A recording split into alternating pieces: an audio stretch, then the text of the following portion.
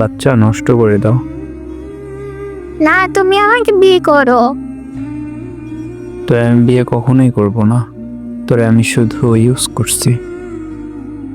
মজা কইরো না, এখন মজা করার সময় না।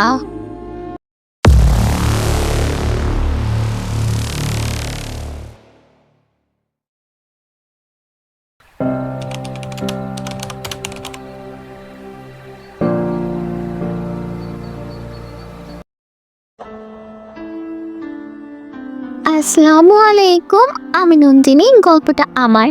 একই গল্প আমার প্রাক্তন বয়ফ্রেন্ড শেয়ার করেছিল। ওইখানে অনেক মিথ্যা কথা বলেছিল, সব দোষই আমার উপর দিয়েছিল, কিন্তু সব দোষ তো আমার না, ওরও অনেক দোষ ছিল। তাই আমি ভিডিওটা দেখার পরে গল্পটা আবার শেয়ার করলাম। আপনারা গল্পটা দেখলেই বুঝতে পারবেন। আমি একটা ছেলেকে অনেক পছন্দ করতাম। সে আমার বান্ধবীরই ভাই ছিল। আমি আমার বান্ধবীর থেকে আইডিটা নিয়ে তার নক দিই। তারপর, হ্যালো রেজবি। জি, কে আপনি? আমি মানুষ। তা তো আমিও জানি, আপনার পরিচয়টা দেন।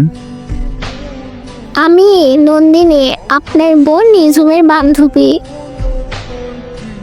ও, কিছু বলবেন? বললে তাড়াতাড়ি বলে ফেলেন। একটা কথা বলতাম, আসলে আপনাকে আমার অনেক পছন্দ। ও আচ্ছা, তো কতদিনের জন্য ভালোবাসবেন? সারাটা জীবন। আচ্ছা, I love you. I love you too. এভাবে আমাদের সম্পর্কটা অনেক ভালোই চলছিল। দুজনকে অনেক ভালোবাসতাম। তারপর একদিন দেখি সে অন্য মেয়ে নিয়ে ঘুরতেছে। পরে আমি তারে জিজ্ঞেস করি, সে বলে যে ওই মেয়েটা তার বেস্ট ফ্রেন্ড। তার কয়েক মাস পর, আচ্ছা যার সাথে তুমি এত ঘোরাঘুরি করো কেন? আরে ওই আমার বেস্ট ফ্রেন্ড।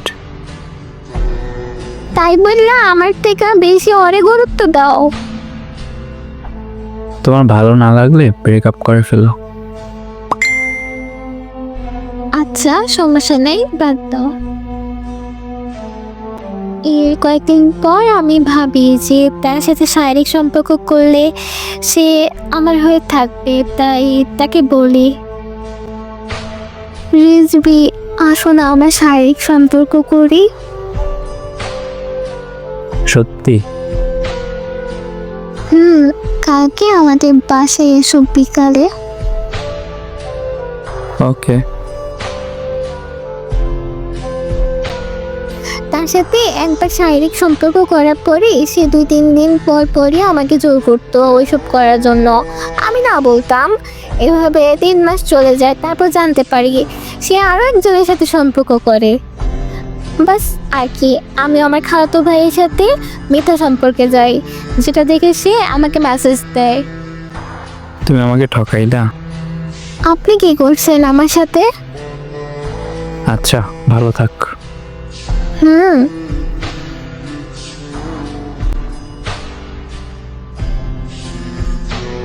আমরা কি আবার এক হতে পারি? চলো আমরা বিয়ে করে ফেলি। আরে এখন না, পরে। কবে করবা?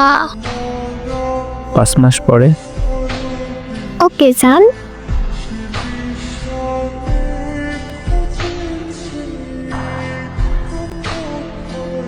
আচ্ছা যান, আসো আমরা আবার ওইসব করি। না।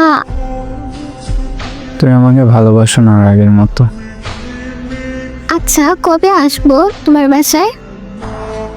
কালকে কলেজ টাইমে। ওকে। এভাবে সে আরো অনেকবার শারীরিক সম্পর্কে যায়। রিজবি আমার পিরিয়ড হয় না আজকে 13 দিন। তো আমি কি করব? আমি মেবি প্রেগনেন্ট। ও, তো আমি কি করব? এখন কি করব? বাচ্চা নষ্ট করে দাও। না, তুমি আমাকে বিয়ে করো। তো আমি বিয়ে কখনোই করব না, তোরে আমি শুধু ইউজ করছি। মজা করো না, এখন মজা করার সময় না। মজা করবো কেন তোর সাথে? আমাকে এভাবে ঠকাইলা? তো আমি কখনোই ভালোবাসি নাই, তুই ছাড়া আমার আরো গার্লফ্রেন্ড আছে। তুই আমারে আর মেসেজ দিবি না। ওকে, ভালো থাকেন। বাই।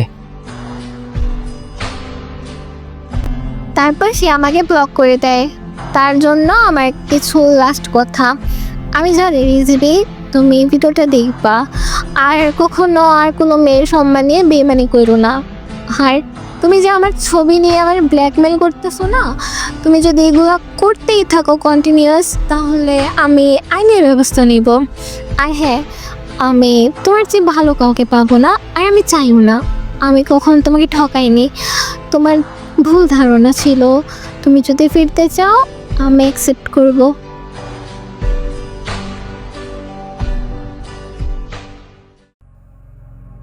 আসসালামু আলাইকুম গাইস। কিছুদিন আগে একটা গল্প দিছিল, মানে এই গল্পটার যে ছেলেটা আছে না, এই ছেলেটা তার দিক থেকে গল্পটা দিছিল।